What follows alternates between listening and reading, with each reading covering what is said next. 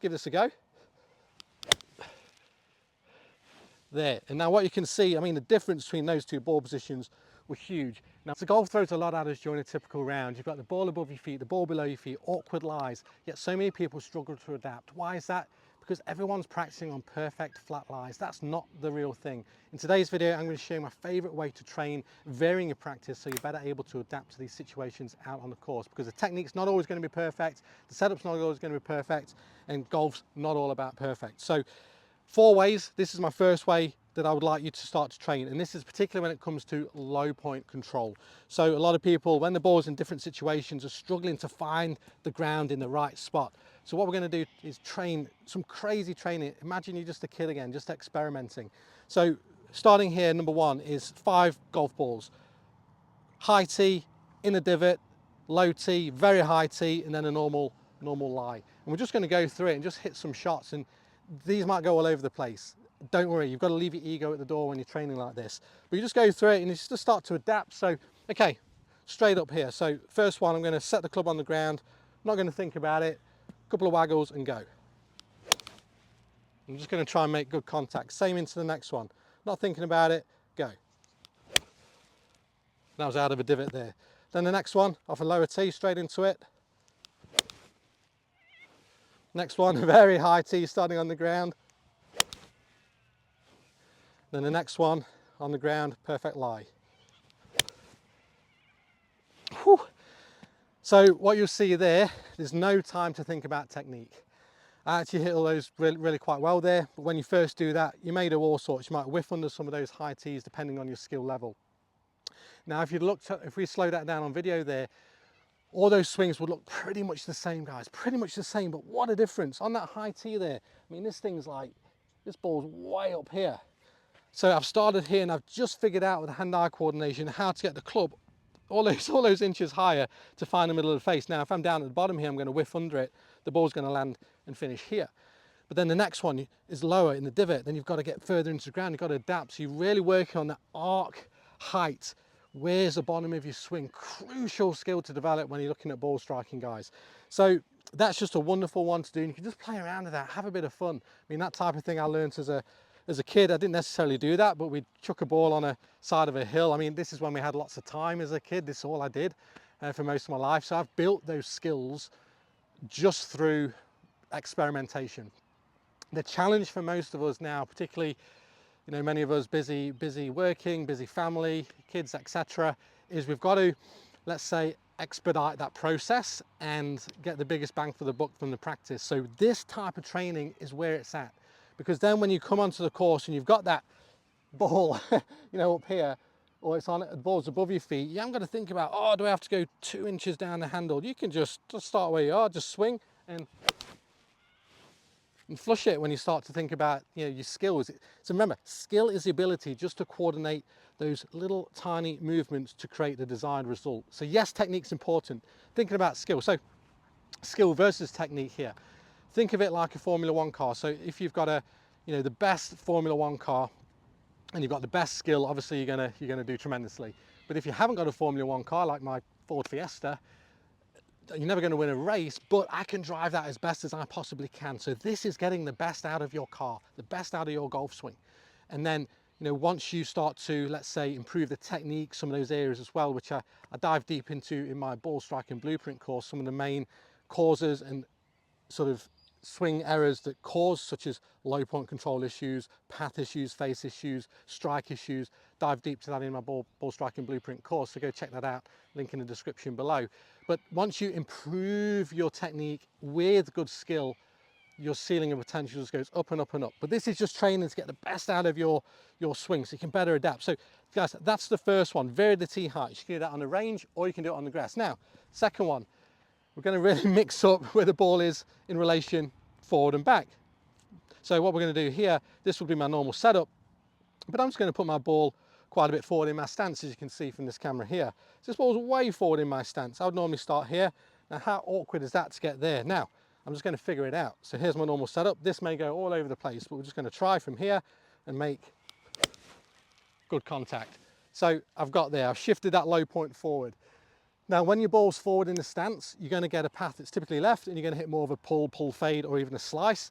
Don't worry about your ball flight. What this will also do actually is just give you that awareness. You're just experimenting. Ball's forward, yeah, cool. That's what that kind of does when I hit that. But a lot of people, when you're looking at low point control and put that there, they'd be hitting way back here.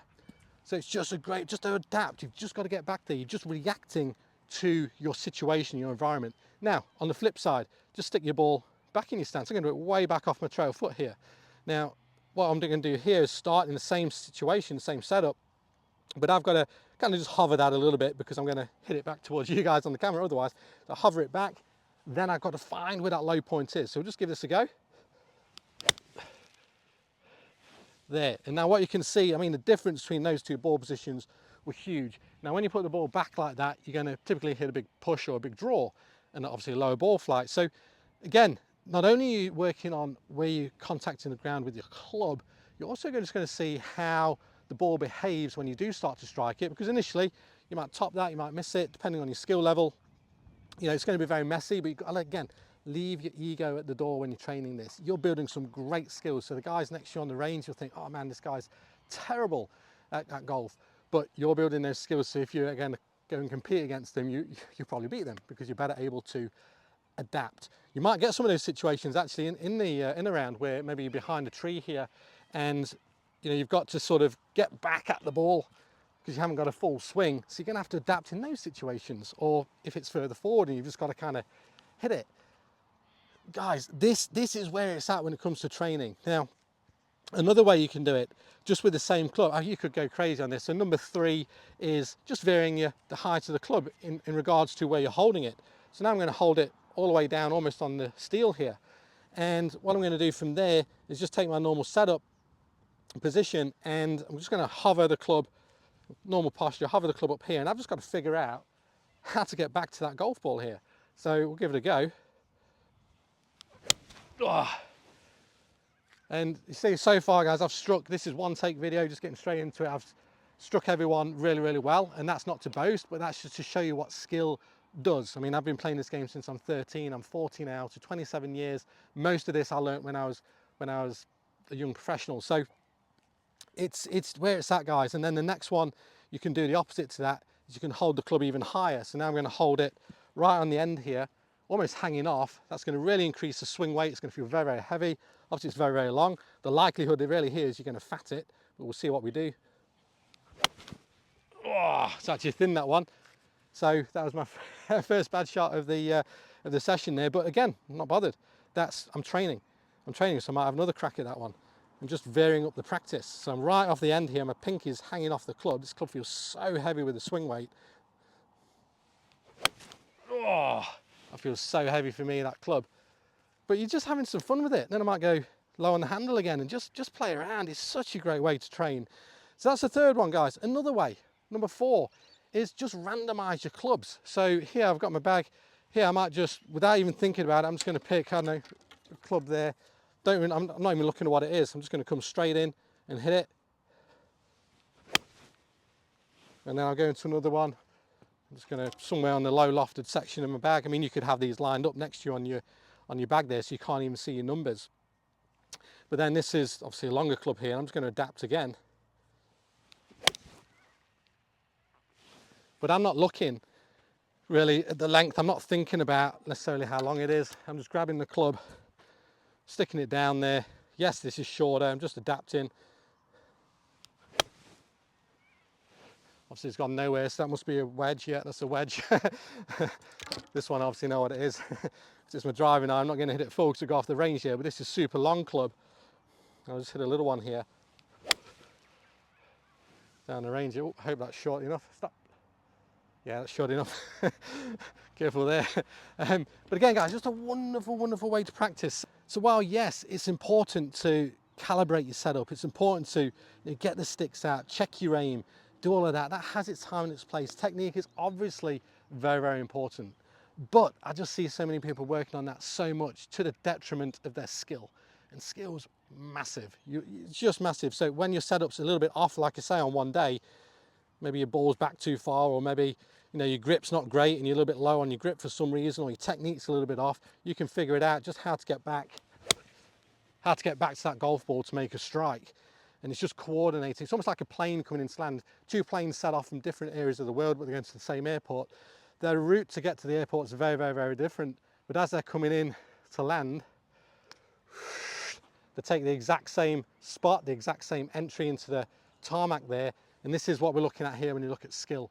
So we might do things a little bit differently, but they're all getting that strike, all the best players with that high level of skill.